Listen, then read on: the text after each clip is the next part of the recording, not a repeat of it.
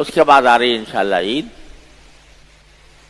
عید کے بارے میں ایک بات میں عرض کروں کہ عید کی نماز میں افضل یہ ہے،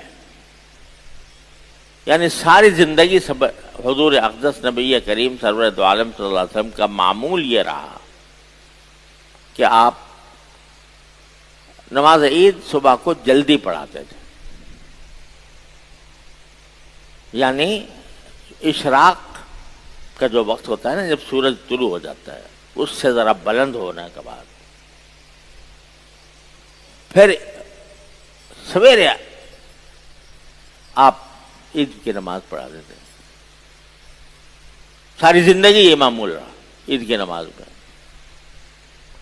تو نماز عید الفطر میں اصل یہ ہے کہ جتنا سویرے ہو اتنا بہتر، شرعاً سنت کے مطابق. دوسرا یہ کہ نماز اگر عید کی نماز میدان میں ہو تو زیادہ افضل ہے بنسبت اس کے مسجد میں ہو. جائز ہے مسجد میں بھی، لیکن افضل ہے کہ میدان میں ہو. ہمارے ہاں پہلے نماز میدانی میں ہوا کرتی تھی، لیکن جب سے کچھ بارشوں کا خطرہ ہوا، کچھ گرمی بڑھنے لگی، تو لوگوں نے کہا بھئی وہاں پر گرمی بہت تیز ہوگی، لہذا مسجد میں ہونے لگی. اس کا حل تو یہی تھا اصلی، کہ جو سنت کا طریقہ ہے فجر کے فوراً اشراق کے فوراً بعد، وہ میدان میں جا کے پڑھے، اس وقت گرمی نہیں ہوتی خاص. لیکن ہم مجبور ہو گئے اس وجہ سے کہ لوگوں کو عادت پڑی ہوئی ہے دیر سے نماز عید پڑھنے کی. اس کی وجہ سے اگر میدان میں پڑھیں تو لوگ گرمی کا شکوہ کرتے ہیں، اگر جلدی پڑھیں تو جلدی نہیں پڑھی جاتی. تو اس لیے کچھ فیصلہ مشورے سے یہ کیا ہے کہ تھوڑا تھوڑا تدریجاً ہم اس سنت کی طرف جائیں. ابھی عادت نہیں پڑی ہوئی، لہذا تھوڑا تھوڑا کر کے جائیں گے.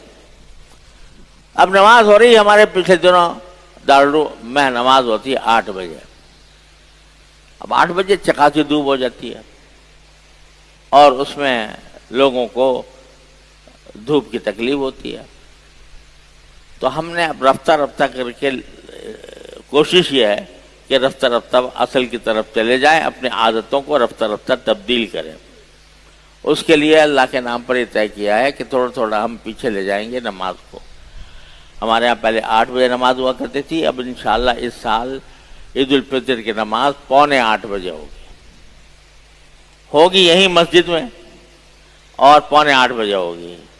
لیکن اللہ تعالی ہمیں توفیق دے کہ ہم اور آگے 7:45 سے 7:30 جائیں، 7:30 سے 7:15 جائیں، تو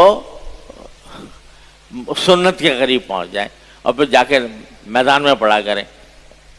اللہ تعالی ہم سب کو اس کی توفیق دے.